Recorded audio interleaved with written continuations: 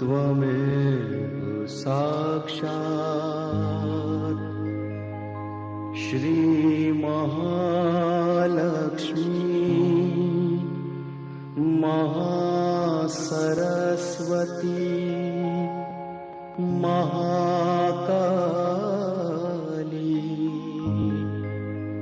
त्रिगुणात्मिका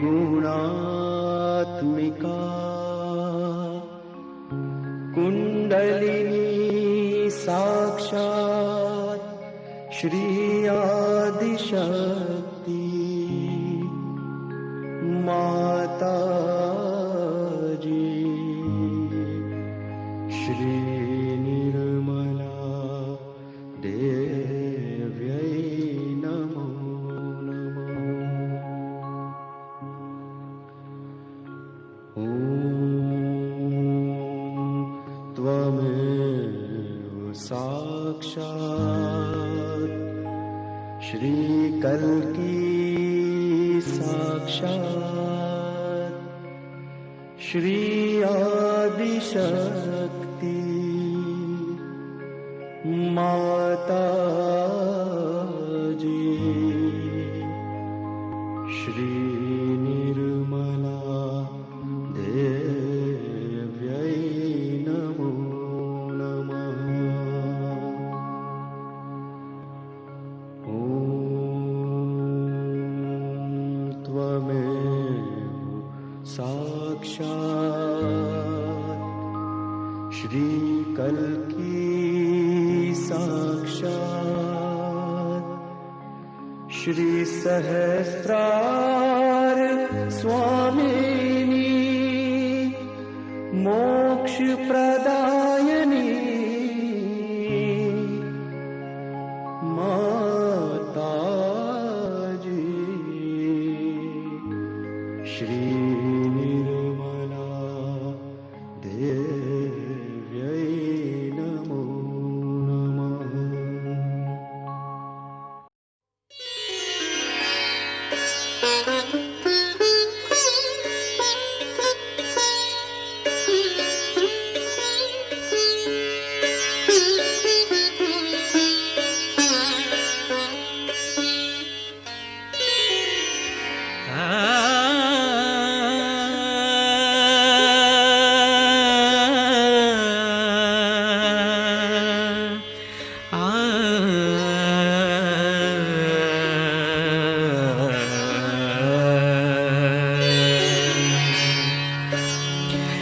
जय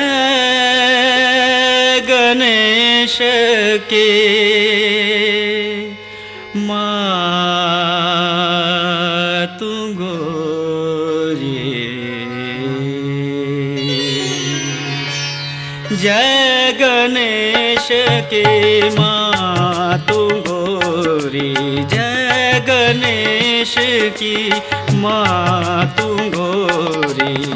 निर्मलानंदन करे हम वंदन, निर्मलानंदन करे हम वंदन। जय गणेश के मातु गोरी, जय गणेश के मातु गोरी।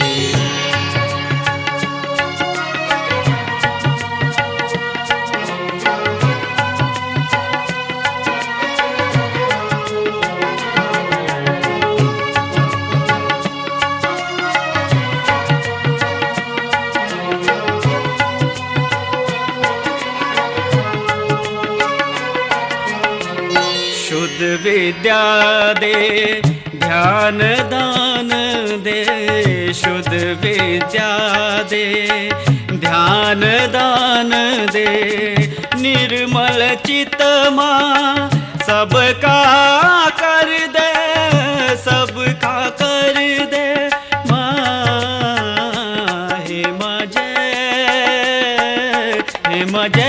गणेश के मातु गोरी, जय गणेश के मातु गोरी।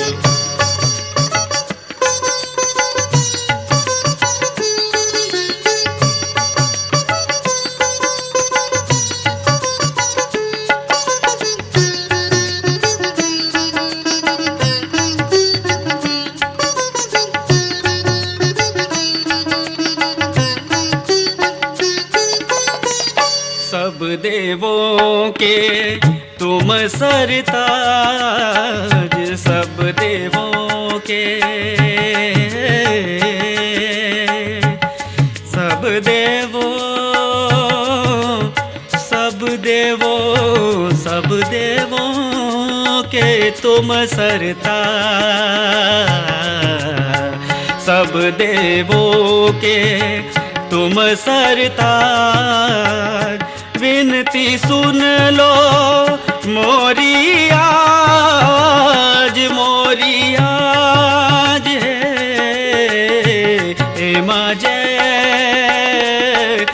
जय गणेश की माँ तू गोरी, जय गणेश की माँ तू गोरी।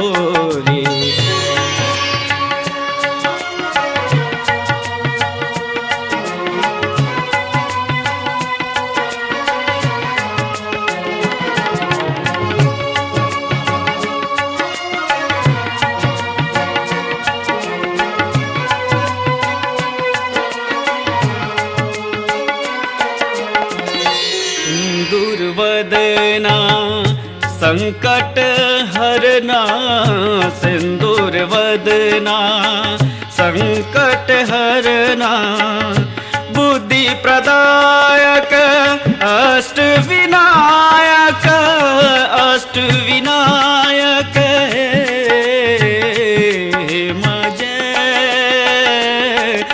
जय गणेश की माँ तू गोरी, जय गणेश की माँ तू गोरी।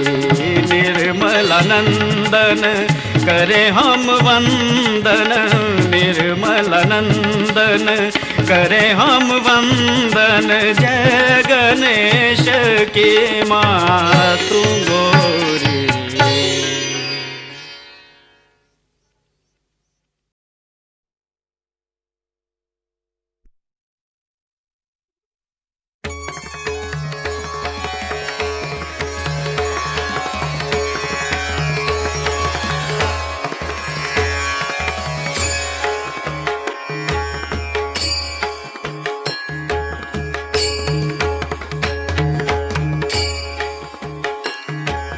जय दुर्गे दुर्गति परिहारिणी, जय दुर्गे दुर्गति परिहारिणी, जय दुर्गे दुर्गति परिहारिणी, शुंभ विदारिणी माता भवानी, जय दुर्गे दुर्गति परिहारिणी, जय दुर्गे दुर्गति परिहारिणी, शुंभ विदारिणी माता भवानी, जय दुर्गे दुर्गति परिहारिणी, जय दुर्गे दुर्गति परिहारिणी।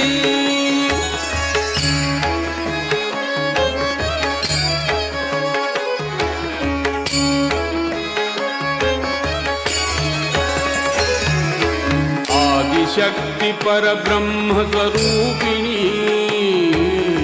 आदिशक्ति पर ब्रह्म स्वरूपिणी, आदिशक्ति पर ब्रह्म स्वरूपिणी, जगत जननी चहु वेद बखानी, जगत जननी चहु वेद बखानी, जय दुर्गे दुर्गति परिहारिणी, जय दुर्गे दुर्गति परिहारिणी, जय दुर्गे दुर्गति परिहारिणी, शुंभ विदारिणी माता भवानी, जय दुर्गे दुर्गति परिहारिणी, जय दुर्गे दुर्गति परिहारिणी।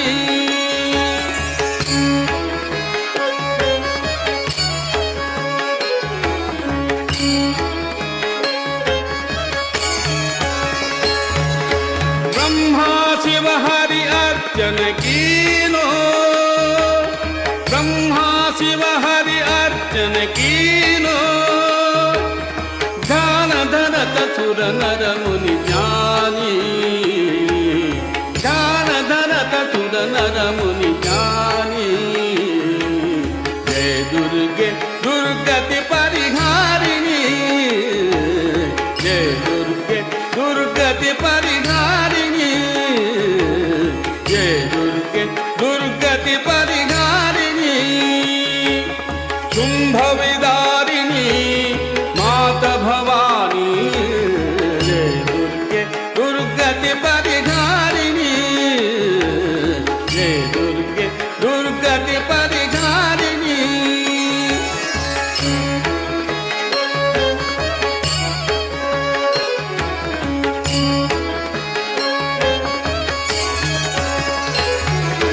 अष्टभुजा कर खड्ग विराजे, अष्टभुजा कर खड्ग विराजे, अष्टभुजा कर खड्ग विराजे। सिंह सवार सकल वरदानी, सिंह सवार सकल वरदानी। जय दुर्गे दुर्गति परिहारिणी, जय दुर्गे दुर्गति परिहारिणी। शुंभ विदारिणी माता भवानी, जय दुर्गे दुर्गति परिहारिणी, जय दुर्गे दुर्गति परिहारिणी।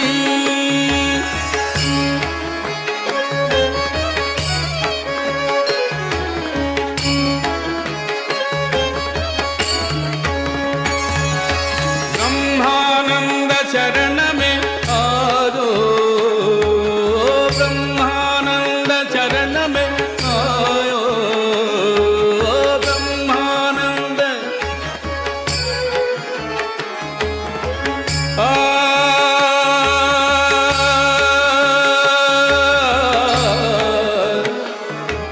ब्रह्मानंद शरण में आयो, ब्रह्मानंद ब्रह्मानंद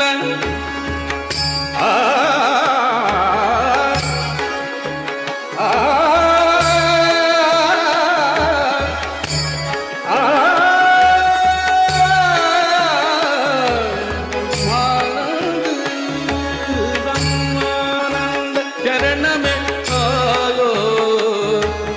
भव भय नाश करो महारानी, भव भय नाश करो महारानी। जय दुर्गे दुर्गति परिहारिणी, जय दुर्गे दुर्गति परिहारिणी। शुंभ विदारिणी माता भवानी, जय दुर्गे दुर्गति परिहारिणी, जय दुर्गे दुर्गति परिहारिणी।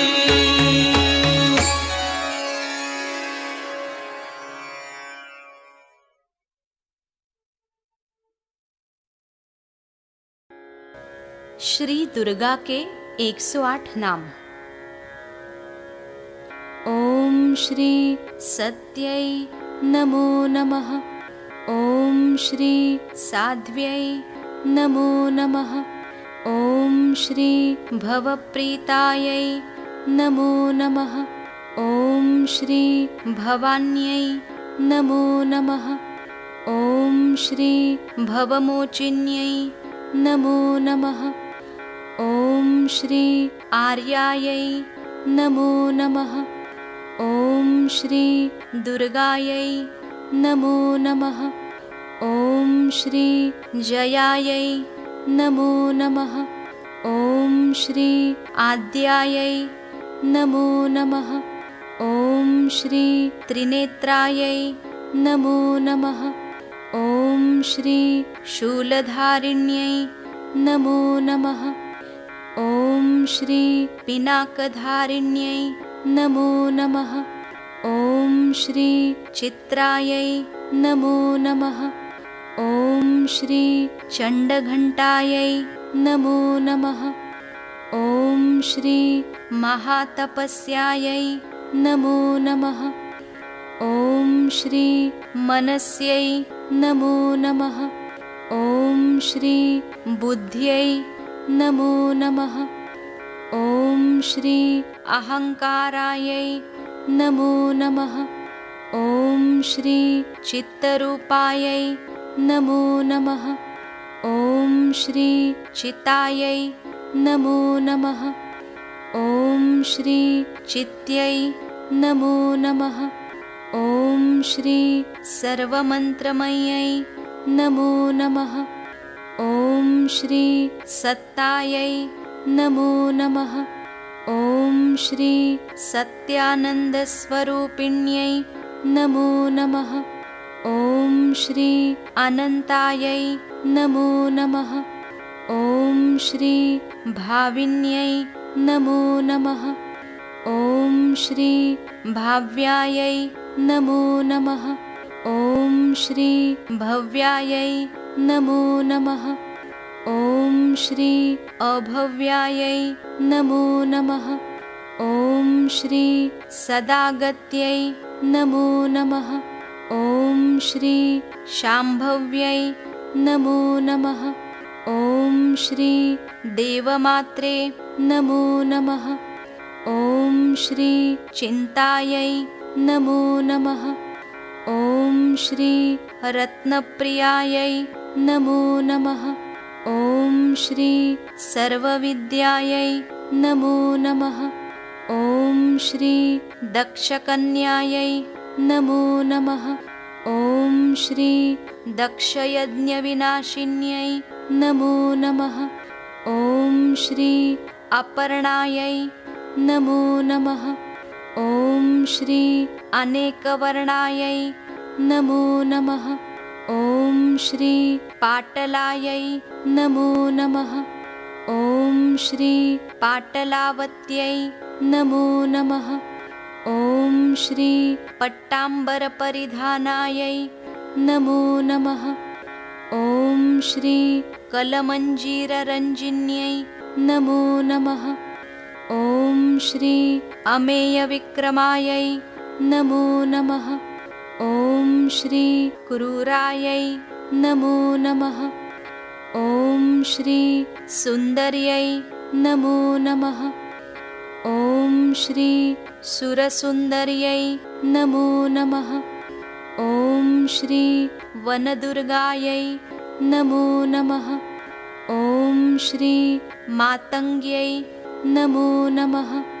ॐ श्री मतङ्गमुनिपूजितायै नमो नमः। ॐ श्री ब्राह्म्यै नमो नमः। ॐ श्री माहेश्वर्यै नमो नमः। ॐ श्री ऐन्द्र्यै नमो नमः। ॐ श्री कौमार्यै नमो नमः। ॐ श्री वैष्णव्यै नमो नमः। ॐ श्री चामुण्डायै नमो नमः। ॐ श्री वाराह्यै नमो नमः। ॐ श्री लक्ष्म्यै नमो नमः। ॐ श्री पुरुषाकृत्यै नमो नमः। ॐ श्री विमलायै नमो नमः। ॐ श्री उत्कर्षिण्यै नमो नमः। ॐ श्री ज्ञानायै नमो नमः। ॐ श्री प्रियायै नमो नमः। ॐ श्री नित्यायै नमो नमः। ॐ श्री बुद्धिदायै नमो नमः। ॐ श्री बहुलायै नमो नमः। ॐ श्री बहुलप्रेमायै नमो नमः। ॐ श्री सर्ववाहनवाहनायै नमो नमः। ॐ श्री शुम्भनिशुम्भहनन्यै नमो नमः। ॐ श्री महिषासुरमर्दिन्यै नमो नमः। ॐ श्री मधुकैटभहन्त्र्यै नमो नमः। ॐ श्री चण्डमुण्डविनाशिन्यै नमो नमः। ॐ श्री सर्वासुराविनाशायै नमो नमः। ॐ श्री सर्वदानवघातिन्यै नमो नमः। ॐ श्री सर्वशास्त्रमय्यै नमो नमः। ॐ श्री सत्यायै नमो नमः। ॐ श्री सर्वास्त्रधारिण्यै नमो नमः। ॐ श्री अनेकशस्त्रहस्तायै नमो नमः। ॐ श्री अनेकास्त्रधारिण्यै नमो नमः। ॐ श्री कुमार्यै नमो नमः। ॐ श्री एककन्यायै नमो नमः। ॐ श्री कैशोर्यै नमो नमः। ॐ श्री युवत्यै नमो नमः। ॐ श्री यत्यै नमो नमः। ॐ श्री अप्रौढायै नमो नमः। ॐ श्री प्रौढायै नमो नमः। ॐ श्री वृद्धमात्रे नमो नमः। ॐ श्री बलप्रदायै नमो नमः। ॐ श्री महोदर्यै नमो नमः। ॐ श्री मुक्तकेश्यै नमो नमः। ॐ श्री घोररूपायै नमो नमः। ॐ श्री महाबलायै नमो नमः। ॐ श्री अग्निज्वालायै नमो नमः। ॐ श्री रौद्रमुख्यै नमो नमः। ॐ श्री कालरात्र्यै नमो नमः। ॐ श्री तपस्विन्यै नमो नमः।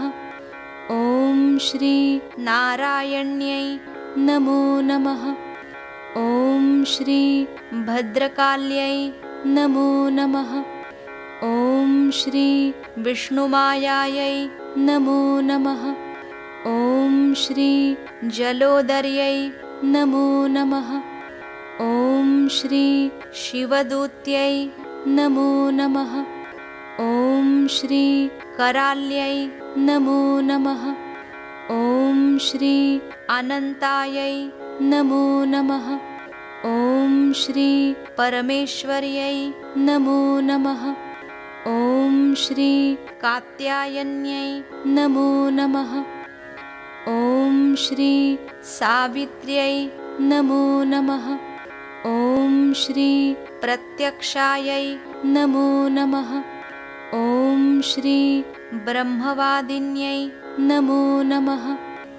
साक्षात् श्री आदिशक्ति माताजी श्री निर्मला देव्यै नमो नमः।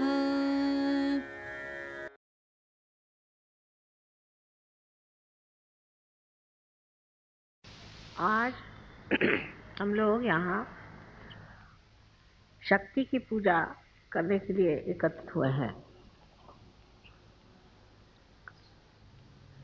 अभी तक अनेक संत साधुओं ने, ऋषि मुनियों ने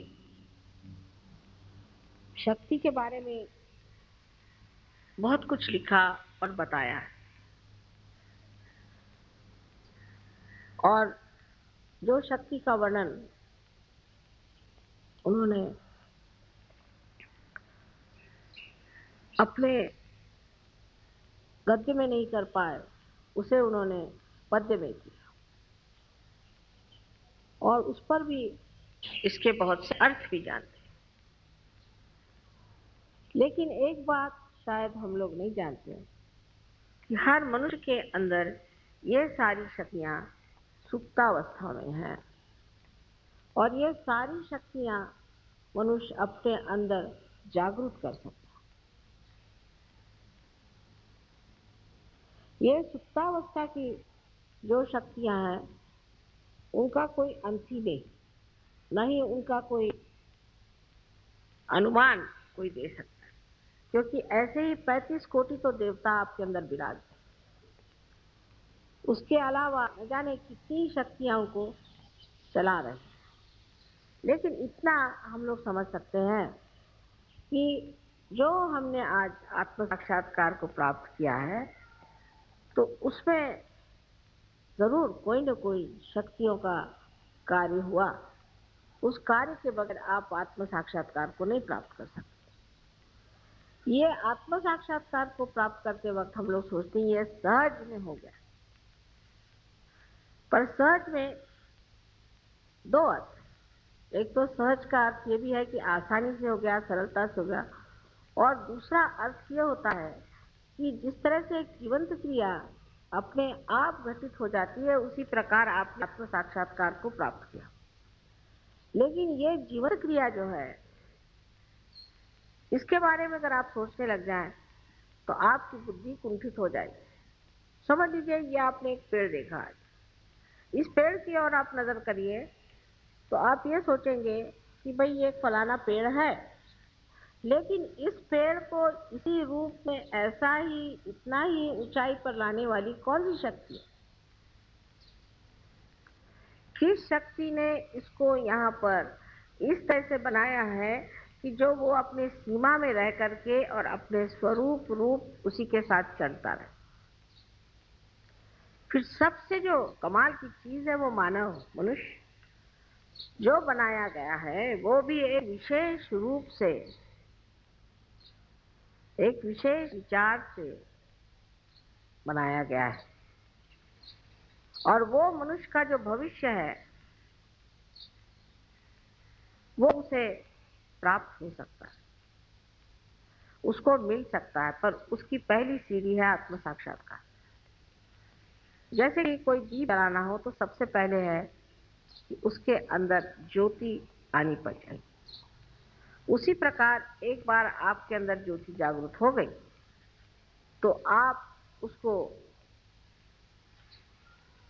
फिर से प्रज्वलित कर सकते हैं या उसको आप बढ़ा सकते हैं। पर प्रथम कार्य है कि ज्योति प्रज्वलित हो, और उसके लिए आत्म साक्षात्कार नितांत आवश्यक है। किंतु आत्म साक्षात्कार पाते ही सारी ही शक्तियां जागृत नहीं हो सकती।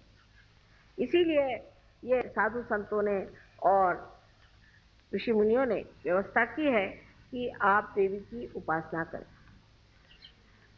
लेकिन जो आदमी आत्म साक्षात्कार को प्राप्त नहीं है, उसको अधिकार नहीं है कि वो देवी की पूजा करे। बहुत से लोगों ने मुझे बताया कि वो सप्तशती का कभी अगर पाठ करें और उनका यहोवा हवन करते हैं तो उन पर बड़ी आफतें आ जाती हैं और उनको बड़ी तकलीफ हो जाती है और वो बहुत सफर करते हैं। तो उनसे ये पूछना चाहिए कि आपने किससे करवाया? तो कहेंगे कि हमने 7 ब्राह्मणों को बुलाया था, किया, पर वो ब्राह्मण नहीं। जिन्होंने ब्रह्म को जाना नहीं वो ब्राह्मण नहीं है। और ऐसे ब्राह्मणों से कराने से ही देवी रुष्ट हो गई और आपको तकलीफ हुई। तो आपके अंदर एक बड़ा अधिकार है कि आप देवी की पूजा कर सकते हैं और साक्षात देवी पूजा कर सकते हैं। यह अधिकार सबको नहीं है। अगर कोई कोशिश करे तो उसका उल्टा परिणाम हो सकता है, उसका विपरीत परिणाम हो सकता है। सबसे बड़ी चीज है कि शक्ति जो है वो जितनी ही आपको आरामदेही है, जितनी वो आपके सर्जन का व्यवस्था करती है, जितनी वो आपके प्रति उदार और प्रेममयी है, उतनी ही वो क्रूर और क्रोधमयी है। कोई बीच का मामला नहीं है, या तो अति उदार है और या तो अति क्रोधित है। बीच में कोई मामला चलता नहीं। वजह यह है कि जो लोग महादुष्ट हैं, राक्षस हैं और जो संसार को नष्ट करने पे आमादा हैं, जो लोगों को भूल भुलैया में लगाए हुए हैं और कलयुग में अपने को अलग अलग बता करके कोई साधु बना है तो कोई पंडित बना हुआ है, कोई मंदिरों में बैठा है तो कोई मस्जिदों में बैठा है, कोई मुल्ला बना हुआ है, कोई पोप बना हुआ है, तो कहीं कोई पॉलिटिशियन बना हुआ है। ऐसे अनेक अनेक कपड़े परिधान करके जो अपने को छिपा रहा है, जो कि राक्षसी वृत्ति का मनुष्य है, उसका नाश होना आवश्यक है। लेकिन ये जो नाश की शक्तियां हैं, इसके तरफ आपको नहीं जाना चाहिए। आप सिर्फ इच्छा मात्र करें और ये शक्तियां अपने ही आप कार्य कर लें।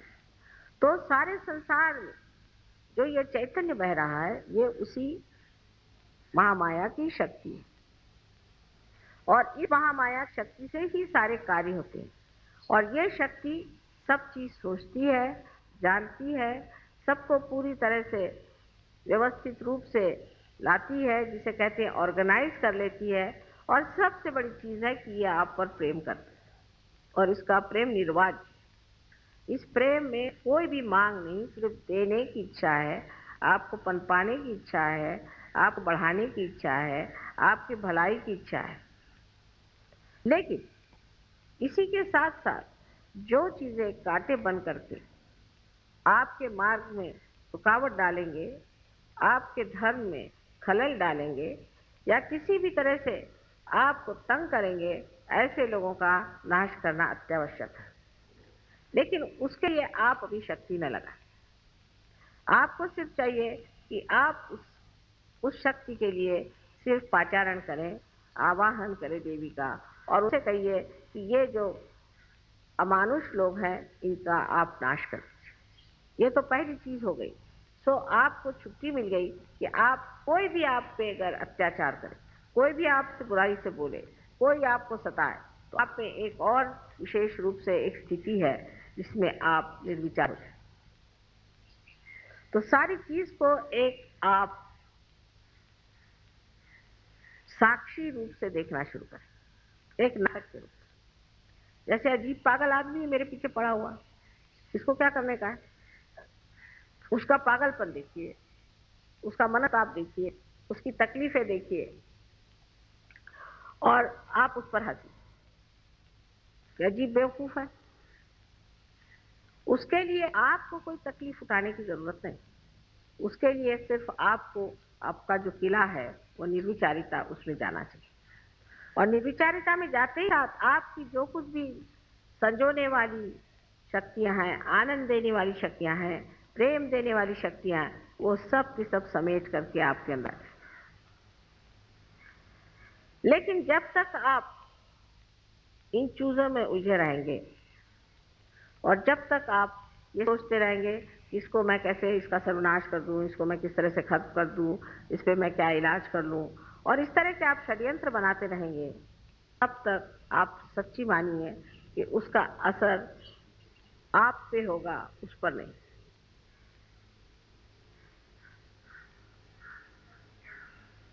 रामदास स्वामी ने कहा है कि अल्पधारिष्ट पाए, माने आपका थोड़ा सा जो धीरज है उसको परमात्मा रखता है। लेकिन आपके अंदर इतनी ज्यादा शक्तियां हैं, इतनी ज्यादा शक्तियां हैं कि उनको पहले आपको पूरी तरह से प्रफुल्लित करना चाहिए, उसको जगाना चाहिए, उनको जानना चाहिए, अपने प्रति एक तरह का बड़ा आदर रखना चाहिए। अब ये शक्तियां नष्ट होती हैं, स्वयोगियों में भी जागती है फिर नष्ट हो जाती है, जागती है फिर नष्ट हो जाती है। उसकी क्या वजह है? एक बार जगी हुई शक्ति क्यों नष्ट होती? जैसे कि एक मनुष्य में आज शक्ति है कि वो बड़ा भारी कला में निपुण हो गए। स्वयोग में आने से बहुत से लोग कला में निपुण हो गए, कला के बारे में जान गए, उनमें एक तरह की बड़ी चेतना आ गई, उनका सृजन बहुत बढ़ गया।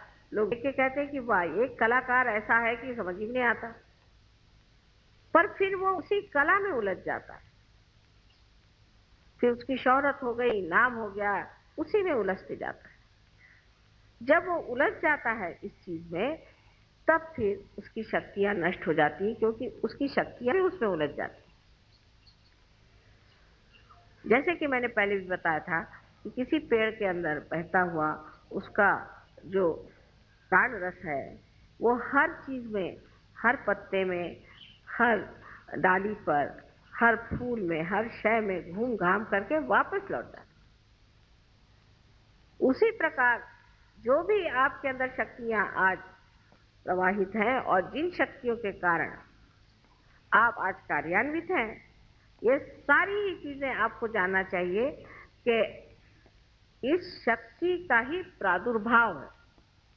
और उसमें आपको उलझने की कोई जरूरत नहीं। आप उसमें एक निमित्त मात्र बीच में हैं। और जब आप ये समझ जाएंगे कि हम निमित्त मात्र हैं, तो ये आपकी शक्तियां कभी भी दुर्बल नहीं होंगी और कभी भी नष्ट नहीं हो सकती। इसी प्रकार अनेक बार मैंने देखा है कि सहयोगियों का चित्त जो है वो ऐसी चीजों में उलझते जाता है। कोई चीज से भी वो बड़प्पन में आ जाए, कोई भी चीज से उन्होंने बहुत प्रगति पा ली। आप जानते हैं कि बहुत से स्टूडेंट्स जो कि क्लास में कुछ नहीं कर पाते थे, फर्स्ट क्लास में आने लग गए, सब कुछ बहुत अच्छा हो गया, तो फिर वो कभी सोचने लग जाए कि वाह हम तो कितने बड़े हो गए। जैसे ही ये सोचना शुरू हो गया, वैसे ही ये शक्तियां आपकी खत्म हो जाए और गिरती जाए। अब सोचना ये है कि हमें क्या करना। अगर समझ लीजिए किसी आदमी का एकदम बिजनेस बढ़ गया, या उसको खूब रुपया मिलने लग गया, या उसके पास कोई विशेष चीज आ गई, तो उसे क्या करना चाहिए? उसे पूरी समय सतर्क रहना चाहिए और यही कहना चाहिए कि माँ ये आप ही कर रहे हैं, हम कुछ नहीं कर रहे, ये आप ही की शक्ति कार्यान्वित है, हम कुछ नहीं कर रहे। बहुत जरूरी कि आप सतर्क रहें, क्योंकि उसके बाद जब आपकी शक्तियां खत्म हो जाएंगी तो आप खुद ही कहेंगे कि माँ सब चीज डूब गई, सब खत्म हो गया। ये कैसे? जो शक्ति कार्य कर रही है उसको कार्यान्वित होने। जैसा एक पेड़ है, समझ लीजिए, उस पेड़ के पत्ते कैसे गिरते हैं आपने सोचा है?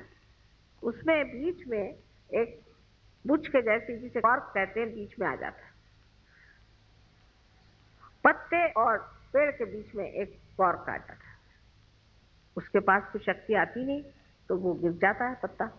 इसी प्रकार मनुष्य का भी होता है। आज उसकी शक्ति एक महान शक्ति से जुटी हुई और वहां से वो उसे प्राप्त कर रहा है, लेकिन जैसे ही वो अपने को कुछ समझने लग जाए, या उसके अहंकार में बहक जाए, या उसकी जो अनेक तरह की गतिविधियां हैं, जिस तरह से कंपटीशन, ये वो, इसमें उलझता जाए, तो उसके बीच में एक दरार पड़ जाती, और उस दरार के कारण वो मनुष्य फिर उसे प्राप्त नहीं कर सकता जो उसे प्राप्त किया हुआ है, क्योंकि वो तो निमित्त मात्र था, लेकिन जो शक्ति अंदर उसके अंदर बह रही थी वो शक्ति ही बीच में कट गई।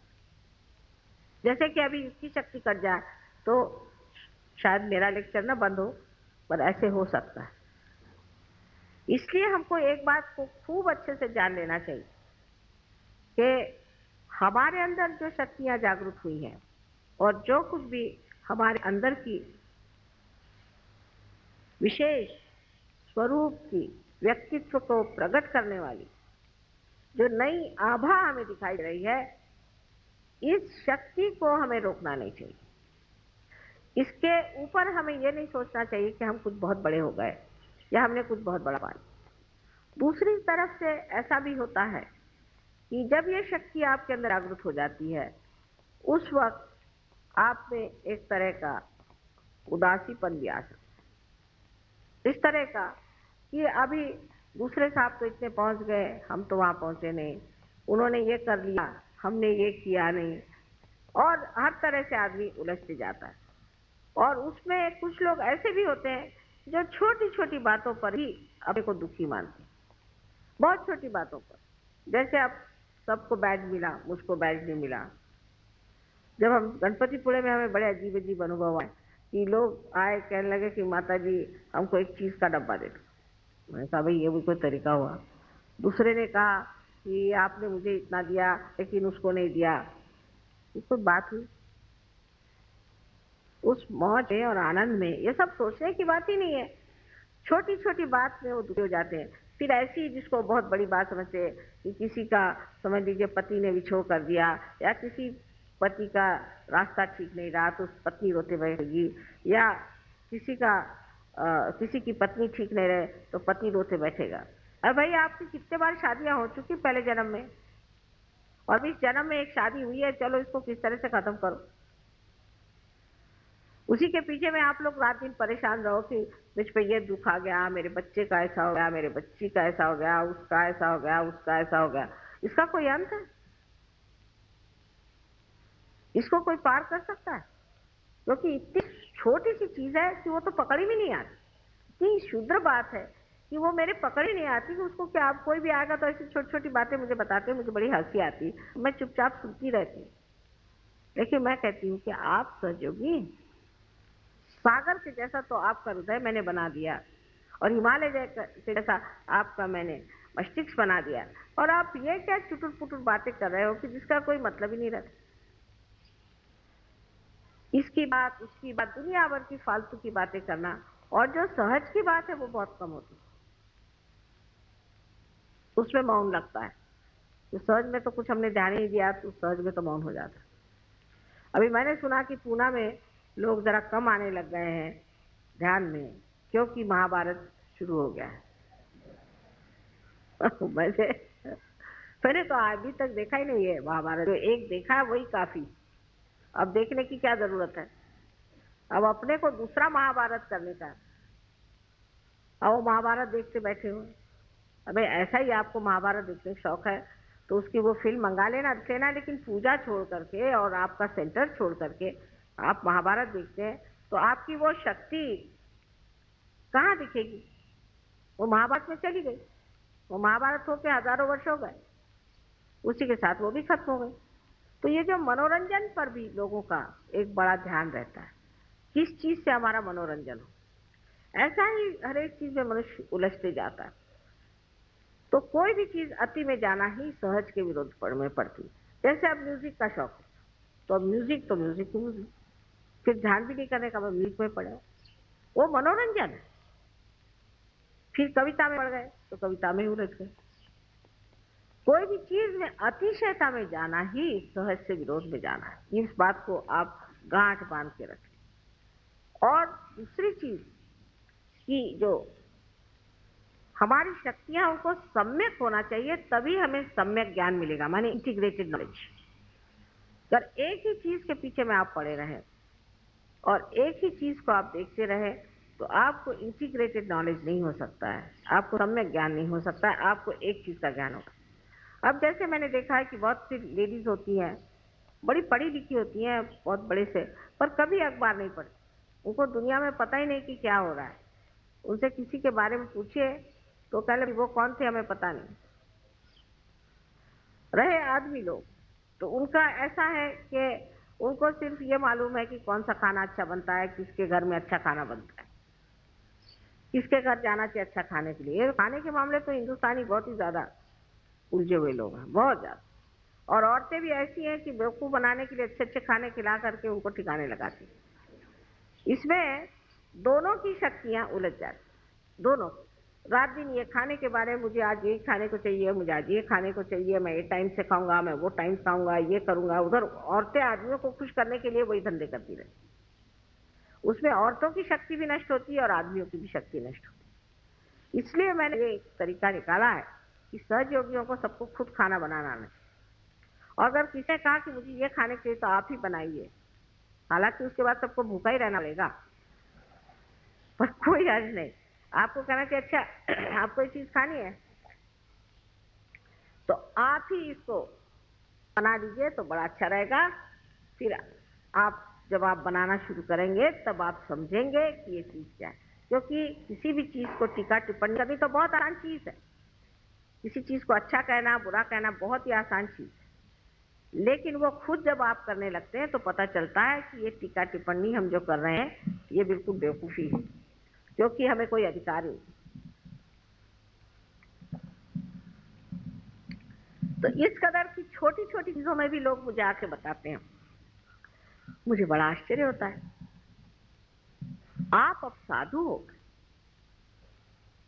आपके अंदर सबसे बड़ी जो शक्ति आई है वो ये, आप कोशिश करके, और मैं जो बात कहती हूँ उसकी आपको प्रचिति आएगी, कोशिश करके देखिए। आप जमीन पर सो सकते हैं, आप रास्ते पर सो सकते हैं, आप 10-10 दिन भी भूखे रह जाएं, आपको भूख नहीं लगी।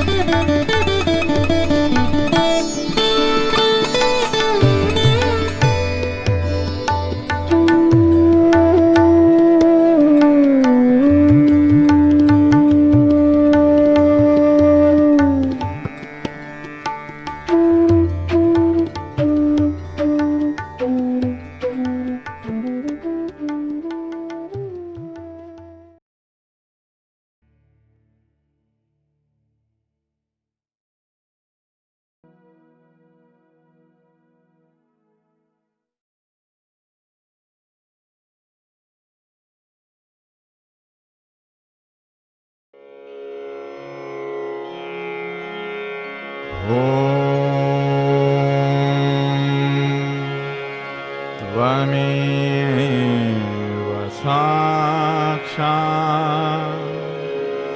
श्री महालक्ष्मी महासरस्वती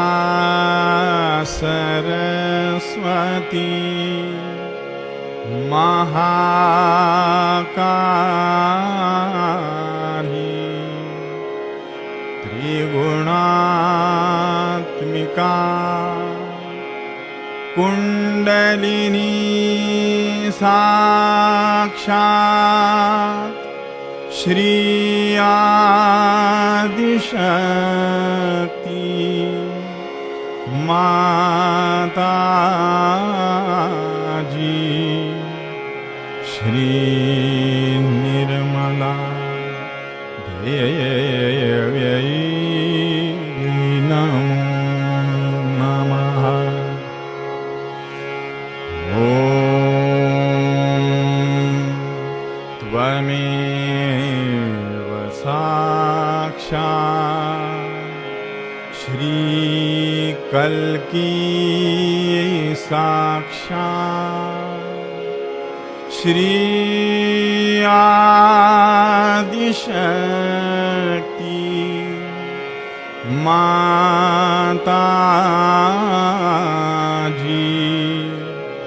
श्री निर्मला देव्यै नमो नमः। ॐ त्वमेव साक्षात् श्री कल्की साक्षात् श्री सहस्रार स्वामिनी मोक्षप्रदायिनी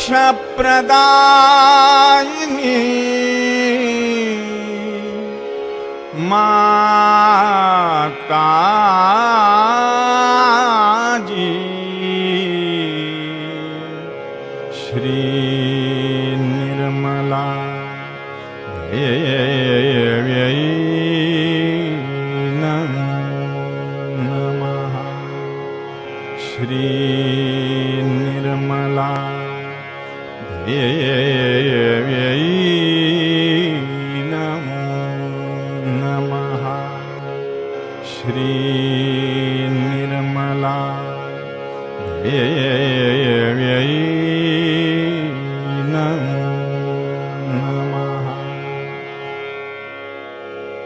बोलो श्री भगवती माताजी श्री निर्मला देवी की जय।